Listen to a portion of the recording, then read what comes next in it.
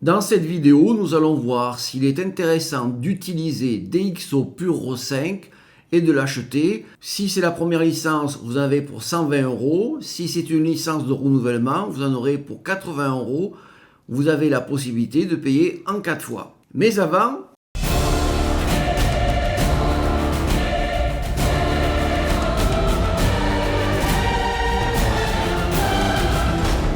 DxO Pure 5 permet de réduire notablement le bruit de nos fichiers RAW et nous allons regarder en détail ses fonctionnalités. On a une réduction du bruit efficace avec d'Prime XD2S et XD, la correction automatique des défauts optiques, l'aberration chromatique, la distorsion, le vignettage. Je vous rappelle que le vignettage est l'assombrissement sur les bords de l'image. Il y aura une amélioration de la netteté et du micro-contraste. Le logiciel est valable pour 2 postes, par exemple le bureau et en nomade avec un ordinateur portable. Il fera la conversion des fichiers RAW en DNG linéaires qui seront prêts par exemple à ouvrir dans Lightroom, Photoshop, etc. Alors pour la nouveauté de la version 5, nous aurons une interface nouvelle, une meilleure gestion du bruit et des détails, mais aussi la possibilité de faire des traitements par l'eau. Donc je viens de lancer ma version d'essai. Je peux commencer pendant 14 jours. Moi, ça fait 2 jours que je l'ai regardé, que je l'ai étudié. Je vais cliquer sur commencer l'essai. Avec cette procédure, donc je lance une version autonome, standalone en anglais. Et là, j'ai mon interface. Donc, on va voir tout à l'heure qu'on l'appelle aussi Lightbox.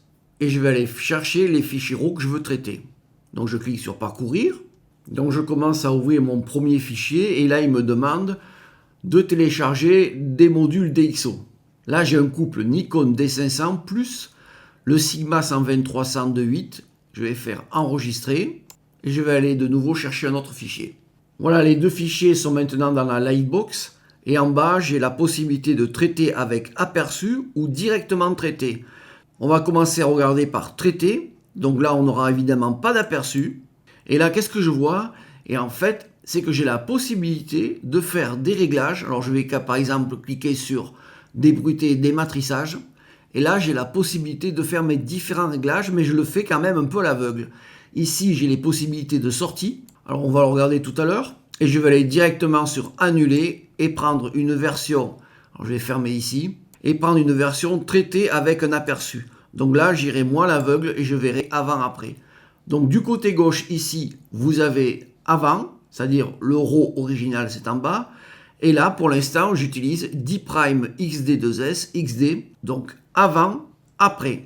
Il me suffit de déplacer le curseur ici et je vais pouvoir voir maintenant avec les différents réglages ce que je peux obtenir comme possibilité en termes d'image. En haut, je peux effacer ou réafficher ce qu'on pourrait dire le film fixe, la barre de droite. Ici, j'ai un aperçu sans avant-après, aperçu avec avant-après. En haut, si je clique ici, je passe à 100%. Donc là, déjà, on commence à voir la différence. Bruiter, corriger. Là, j'ai la possibilité de faire différentes possibilités de zoom et revenir ici en adaptatif. Si je clique ici, j'ai des informations sur les métadonnées. Donc là, je vais m'en pousser le bouchon très haut, 25600 ISO. Je teste F5, 1/60e, etc. Je vais fermer ici. Et ensuite, je peux faire mes pré-réglages de ce côté. Je vais revenir à la Lightbox et vous montrer qu'avec la version standalone, on peut faire aussi donc des tris, filtrer, le mettre en mode grille, c'est comme ici, et le passer en mode mosaïque. Alors vous avez toujours la possibilité d'ajouter de nouvelles photographies sur cette Lightbox. Je repasse traiter avec un aperçu et on va regarder maintenant un petit peu de ce côté qu'est-ce que l'on a. Alors on va commencer par en bas. Vignettage, alors ça je vous l'ai dit, c'est pour éliminer les parties noires sur les bords de l'image, du moins en tout cas plus assombries. Les aberrations chromatiques, ça c'est les franges qu'on peut avoir sur des contours. La distorsion de l'objectif, bon ça c'est du classique. Je ne vais pas rentrer dans les détails ici par rapport au fond perdu, vous pourrez lire sur la doc. On va revenir ici. Si on vient ici, on a d'Prime 3. Donc d'Prime 3 utilise le Deep Learning comme les autres aussi, mais bon c'est basé sur l'IA comme les autres aussi. Ici on a le d'Prime XD2S XD, adapté sur les Bayer et sur les matrices X-Trans, si j'ai bien lu. Et enfin ici, la version bêta. Et nous allons voir dans la suite de cette vidéo que déjà cette version bêta fait des choses remarquables pour les capteurs Fuji. Bon, vous aurez remarqué qu'en bas, on peut faire des ajouts sur un traitement par l'eau. Allez, maintenant on continue, on va regarder ça pour un plugin avec Lightroom classique. Alors ce que je vais faire, je vais fermer ici. Maintenant, je suis dans Lightroom classique. Et donc j'ai fait divers essais. Je vais passer en mode gris en appuyant sur G. Et je vais commencer à travailler ma photographie. Alors je vais faire un clic droit. Et je peux aller par exemple sur exporter. Ensuite, aperçu et traitement avec DxO. Ça va l'envoyer comme la dernière fois avec l'aperçu. Et on pourra faire les réglages en DxO. Là, on aura le traitement instantané. C'est ce que vous avez vu tout à l'heure. Donc là, c'est un peu plus à l'aveugle, mais on peut faire des corrections ici. Pour la sortie ici, je vais faire annuler. Je ferme. J'ai ma photo de nouveau sélectionnée. Je vais passer maintenant par fichier pour changer module externe extra. Et je vais lancer aperçu et traitement avec DxO Puro 5. C'est parti. Je continue ma version d'essai. Donc vous avez vu, on a 14 jours. Moi, il m'en reste 12. Donc voici ma photographie. Donc il y a quand même du bruit, c'est assez clair. Mais il y a encore du bruit. Je vais venir ici pour voir les métadonnées. Elle a été faite à 12 800. Donc je vais fermer. Et maintenant, je vais passer à 100%. Donc là, c'était dans une église, je manquais de lumière et j'ai voulu faire un essai. Alors, regardez avant et ensuite, ici, après. C'est vraiment pas mal. Alors, on a un petit peu des fois des effets plastiques, je dirais. Hein. Donc, on verra tout à l'heure dans la vidéo qu'avec les corrections locales, parce que oui, DxO peut faire maintenant de la correction localisée, qu'on peut bien arranger ça. Alors, je vais venir par ici. Donc, je déplace. Regardez par exemple le mur, même que c'est clair, on a du bruit. Et avec ici le panneau du navigateur, je vais aller voir au niveau des chaises. Regardez, c'est assez incroyable. Alors on a toujours un peu cet aspect plastique. Dans les réglages, on peut modifier ça. Vous avez ici le curseur de luminance. Ça adoucit ou accentue le bruit de luminance, donc lié à la lumière. On va aller à fond d'un côté pour regarder ce que ça peut faire. Et à fond de l'autre. Vous voyez, ça lisse un peu trop. Ça fait un effet un peu surréaliste. Donc, il faut agir sur ces réglages pour trouver quelque chose de sympa. Donc, je vais rester là. Et maintenant, la force des détails, la force du détail, les détails. D'un côté, ça sera plus doux et de l'autre, plus détaillé et sans doute, bien sûr, moins naturel. Vous le voyez là, la différence. J'espère que dans la vidéo, on verra bien. On voit quand même qu'il y a un peu de différence. Donc là, c'est à peu près correct. Ça fait pas plastique. Je vais passer de là à là. Je vois vraiment qu'il y a une très grosse différence.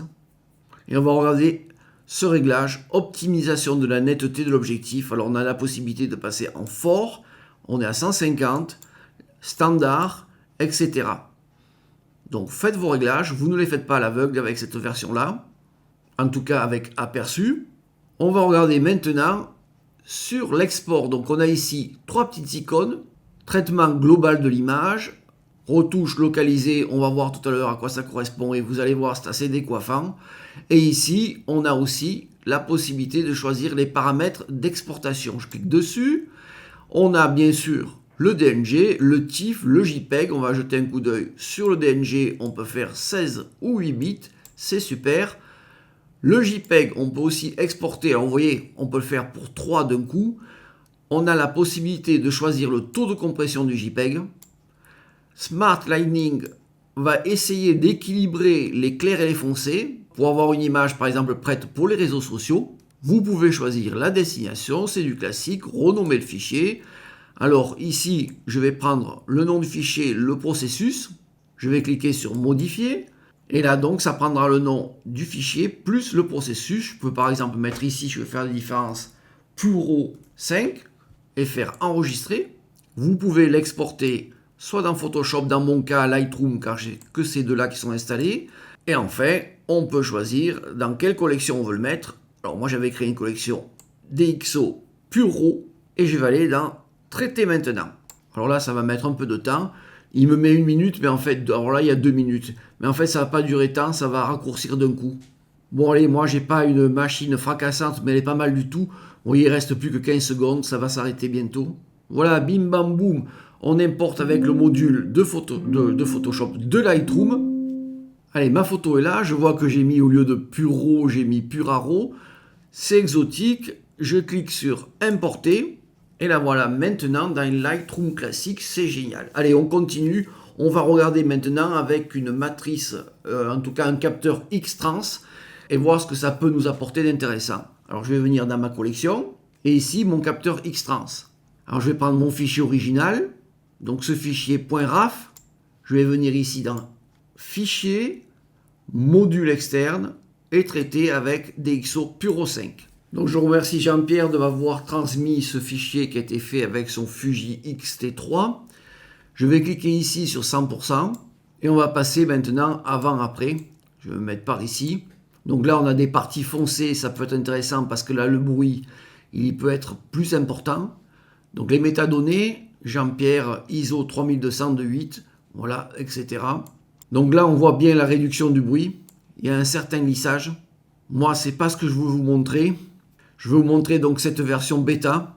Alors là, il y a peu de changements, mais c'est quand même notable. On a toutes les possibilités pour de nouveau régler, éventuellement enlever un petit peu cet effet plastique. Mais moi, ce que je veux vous montrer, c'est autre chose. Je vais fermer cette fenêtre. Je l'avais fait auparavant et on va regarder. Donc ça, c'est le débruitage avec la solution Adobe. Et ici, j'ai fait précédemment hors de la vidéo un autre débruitage avec D-Prime XD3 pour X-Trans Beta et on va regarder la différence entre les deux. Alors je vais appuyer sur CTRL et maintenant je vais passer en mode comparaison. Je vais me mettre à 100% et regardez la différence, c'est assez stupéfiant. De ce côté, on n'a pas d'informations. Donc avec la solution d'Adobe et avec le capteur X-Trans de Fuji, D-Prime XD3, regardez là, on voit le portique. Et maintenant, on va regarder l'intérêt de la retouche locale. Alors, je vais lancer ma photographie, donc je vais faire E pour l'afficher en mode loupe. Alors, qu'est-ce que c'est? Alors, je vais mettre ici adaptatif. C'est une photo de nuit. On va regarder ce qui se passe là. Elle a été montée à 10 000 ISO. Pourquoi 10 000 ISO? Parce que j'ai voulu fermer à 2.8. 2.8, ça me permet d'avoir moins d'aberrations chromatiques. Vous savez, ces effets de comète qu'on peut avoir sur le bord des photographies. Je vais la remettre en adaptatif et je vais la lancer maintenant dans notre logiciel. Exporter, aperçu et traitement avec DxO Puro 5. Le temps que ça se charge. Si vous ne me connaissez pas, je m'appelle donc Vincent Esseric. Vous pouvez mettre un pouce en l'air si cette vidéo vous a plu. Vous pouvez vous abonner. Vous pouvez activer la cloche. Sur cette chaîne, on parle de 3 choses. Photographie, photographie et photographie avec des bonus. Allez, on continue. Je vais passer ici à 100% et je vais voir ce que je peux faire. Donc, je vais essayer de venir sur la nébuleuse de la lagune. Voilà, elle est là. Donc, ici, avant, après. C'est déjà pas mal, mais on a tous ces petits filaments.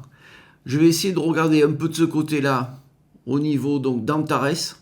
Alors, Antares, elle est ici. On a l'aperçu avant et l'aperçu après. Alors, tous ces petits filaments, on va essayer de les régler. On va venir ici et baisser ou monter la luminance. Donc, on voit là que ça corrige un peu. On va venir ici pour voir au niveau des détails. Donc là, j'ai des étoiles qui ont disparu. Si je force, je vais regarder. Ça ne va pas non plus. Alors, tout est dans la subtilité des réglages. C'est pour ça que DxO nous a permis de faire ça. Donc, il faut en profiter. Je vais à peu près rester par là. Je vais regarder avant, après. Il y a une grosse différence. Allez, je reviens vers le centre. Voilà. Là, j'ai mes poussières interstellaires. C'est pas mal. C'est pas mal. Ça corrige bien le bruit. Ça va chercher les informations entre les petits points d'étoiles et ceux qui ne le sont pas. Alors, on peut de nouveau éventuellement redescendre un peu. Je ne vais pas perdre de temps dans cette vidéo. Au niveau de la luminance et au niveau pour forcer les détails. Regardez, là, c'est pas vilain. Mais le but ici, c'est de vous montrer à quoi peuvent servir les réglages locaux. Alors, je vais prendre ici mon navigateur et descendre vers le Montéguille. Montéguille, une des 8 merveilles, des 8, ouais, je crois que c'est 8, du Dauphiné. Regardez, avant, et maintenant, alors je vais monter un petit peu, comme ça on verra bien. Après, ma correction de bruit, Impeccable, c'est vraiment impeccable. Mais alors, ne partez pas, ne partez pas. Mais regardez le monte-aiguille, on dirait qu'il est en plastique, là. Regardez, ça fait un effet vraiment totalement faux. Et c'est là que la merveille de DxO Puro 5 va agir. Ici, je vais choisir donc des réglages locaux et je vais venir travailler sur mon monte-aiguille. Il vient de créer un calque. On a le pinceau pour ajouter au masque. On a la possibilité avec la gomme de l'enlever au masque. Ici, on a les masques, autant de masques que l'on veut en appuyant sur plus. On peut dupliquer un masque, inverser le masque, remettre à zéro ou supprimer. Allez, maintenant, moi, je vais aller peindre les endroits que je voudrais éviter qui ressemblent à du plastique. Donc, je vais venir baisser un peu la taille. L'adoucissement, je l'ai fait précédemment, ça me convient, etc. Alors, je vais attaquer. Alors, je commence par les bords. Alors, le problème actuellement de cette version un peu jeune, qu'on pourrait dire sur DxO Puro 5, c'est qu'on n'a pas la possibilité d'avoir un pinceau intelligent pour faire, par exemple, des sélections avec un sujet. Mais je pense que les ingénieurs de DxO vont mettre ça dans les cartons et nous résoudre ça. Et là, ça va être le Graal. Vous avez entendu, le Graal. Allez, je vais vite. On va pas passer la nuit. Alors regardez, par exemple, j'ai fait ça, je viens avec la gomme, et là, magie, magie, magie. Allez, je reviens, je vais agrandir la taille de mon pinceau, et je vais passer, oh, voilà, ok, voilà. Et on se retrouve dans quelques instants.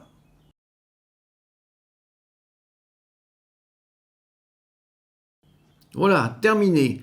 Alors, ce que je fais, je vais repasser là, je vais enlever. Alors, vous pouvez choisir évidemment la couleur du masque.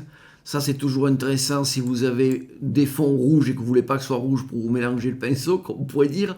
Sans jeu de mots, je vais décocher, afficher le masque. Et regardez déjà mes réglages. Ça fait plus cet effet plastique, mais je vais jouer là. Alors, sur la luminance, regardez. Donc ici, j'ai cet aspect un peu bizarre, donc je vais diminuer ma luminance. Et regardez avec les détails.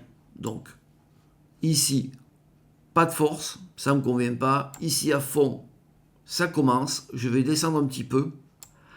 Alors, bien sûr, ailleurs que sur la vidéo, vous prenez votre temps, vous ajustez. Vous voyez, là, ça ne va pas. Je vais rediminuer un peu, réessayer là.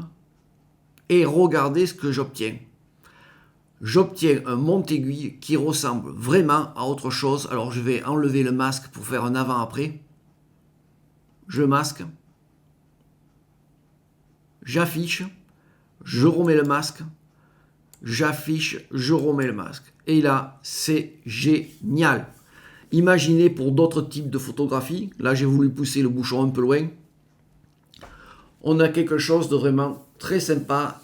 On peut aller de l'avant. Alors peut-être que ça ne remplacera pas Sequator avec 10 photographies, on empile, etc. Mais là, c'est quand même quelque chose qui nous montre un peu ce que peut faire DxO là. C'est un exemple typique là que j'ai trouvé. Alors pour terminer cette vidéo, il vous faudra 8 Go de RAM, 6 Go sur le disque dur, une carte graphique qui se respecte. Qu'est-ce que je vous conseille? Eh bien, pour ma part, moi je vais l'acheter. Je vais prendre une version 4 fois sans frais, c'est-à-dire 20 plus 20 plus 20 plus 20. Si vous n'avez pas la version précédente, regardez si vous êtes éligible avec DxO Puro 3. Si vous n'avez pas de produit DxO Puro, vous pouvez l'acheter à 120 €, c'est je crois 119,90 ou 99. Vous pouvez payer en 4 fois. Votre monde de la photographie va changer. Imaginez, vous avez un cerf, vous êtes à 12 800 ISO, eh bien vous pouvez shooter. Vous avez une magnifique Gélinote des bois, 25 000 et des poussières, allez-y. Maintenant, c'est possible. La retouche locale nous permet justement d'avoir différents réglages, par exemple, sur cette Gélinote. C'est génial. Alors, qu'est-ce que je vous dis pour terminer? Eh bien, abonnez-vous et à bientôt pour d'autres vidéos. Merci.